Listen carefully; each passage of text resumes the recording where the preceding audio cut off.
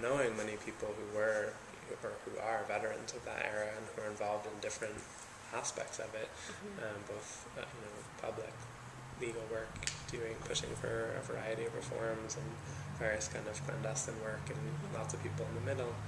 I was always aware of how much has not been written about, and also aware of some of the excitement and some of the possibilities that people were really pushing for in the 70s, even if they didn't happen.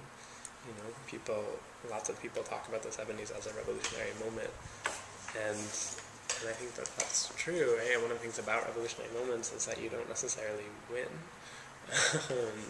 but I think they offer a lot of fertile areas for exploration, and so being aware of some of the broad outlines of it and wanting to really try to bring some of that stuff together, and partly that was helped by just knowing a lot of people who were working on different aspects of the 70s. When the book started 4 years ago, there was hardly anything on the 70s as a period, and now in the past couple of years there's been so much more that's coming out, and I think this book is sort of part of a developing focus on the area, but really knowing lots of folks, as many independent scholars as professional ones, who were trying to uncover some of the rich histories. I think some of the most exciting aspects of the hidden 1970s, and here I mean the era, not just the book, are the radical ones, and are the ones that were designed and led by sort of most oppressed sectors of society. And I think those are often the people that are not writing the histories, and so historians have not covered it. And often at times not even the people who are writing the memoirs, right? I mean, I think part of why I was so excited to end with a piece on Madonna Thunderhawk is to show the ways that people remain activists, remain involved in doing the political work, and to make some of those connections very personally. And I think even the people, there are some fabulous memoirs out there and fabulous histories I'm not trying to discount, but the majority of what's out there is the more liberal elements. And I think, there are things about the 70s that I think really challenge the divisions that we bring, even, as progressive or radical people, to thinking about social movements.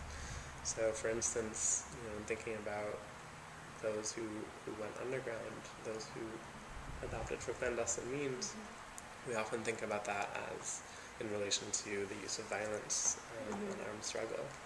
But actually, there's a pacifist underground, and it was those people who exposed the existence of the counterintelligence program, and who were never caught for it either. And there's a chapter about that in the community section. And so I think, it's partly because of who was doing the work in the 70s, and I think it's also because of the ways that it challenges our conceptions of what politics is, or what politics matter.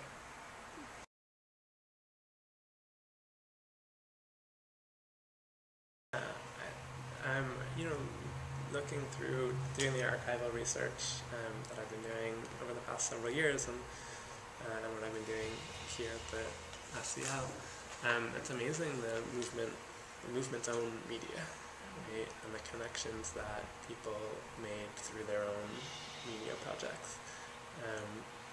And I think that's always been the most significant for these different social movements, is having their own means of communication.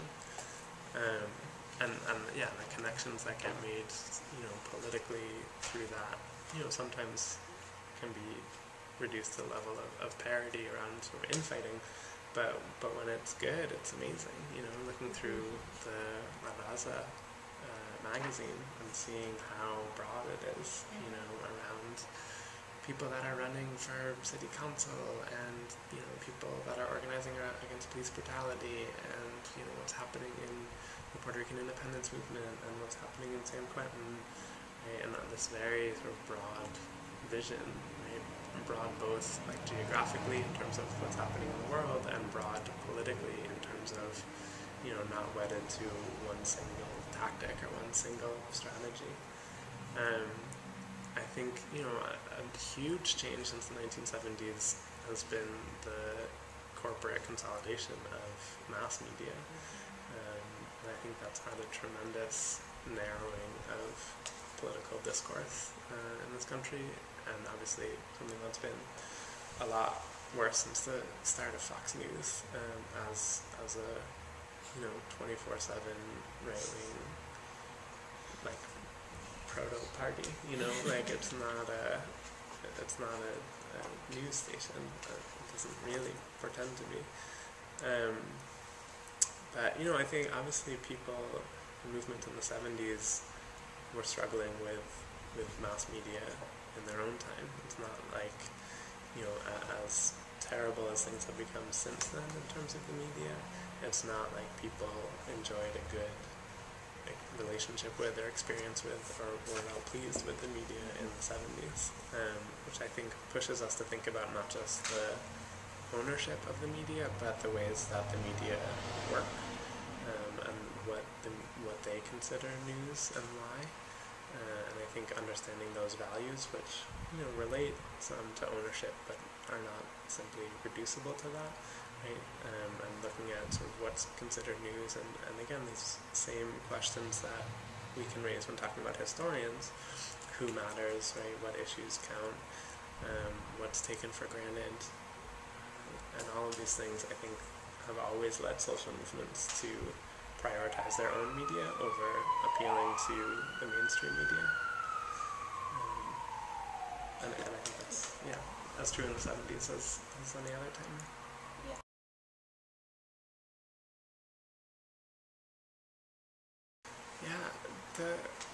So this project initially was going to be co-edited, and that ended up not happening, but in the sort of early conversations, me and my co-editor, we were talking initially about trying to do some global projects, but it just was so hard to do that, and particularly because we were really committed, and after decided that I was going to be the only editor, like I was committed to really drawing on social movement expertise, which meant drawing on people who are engaged enough with social movements to be able to write about them with the kind of insider analysis, and and so that meant to do that on a world scale just logistically seems so hard to be really representative, right? Because my own language skills are pretty lacking, and so not wanting to just privilege the English-speaking countries, right? It would just seem like too massive an undertaking. Really exciting and important an undertaking, and I hope that this helps contribute to someone doing that eventually, right? Because if particularly thinking about both the political development and the strategic orientation of different groups, it's all shaped by by a sort of internationalist spirit, and so I think there's a sort of basis there, right? And the book is trying to at least trying to at least identify that perspective, which hopefully people can sort of later take on, right?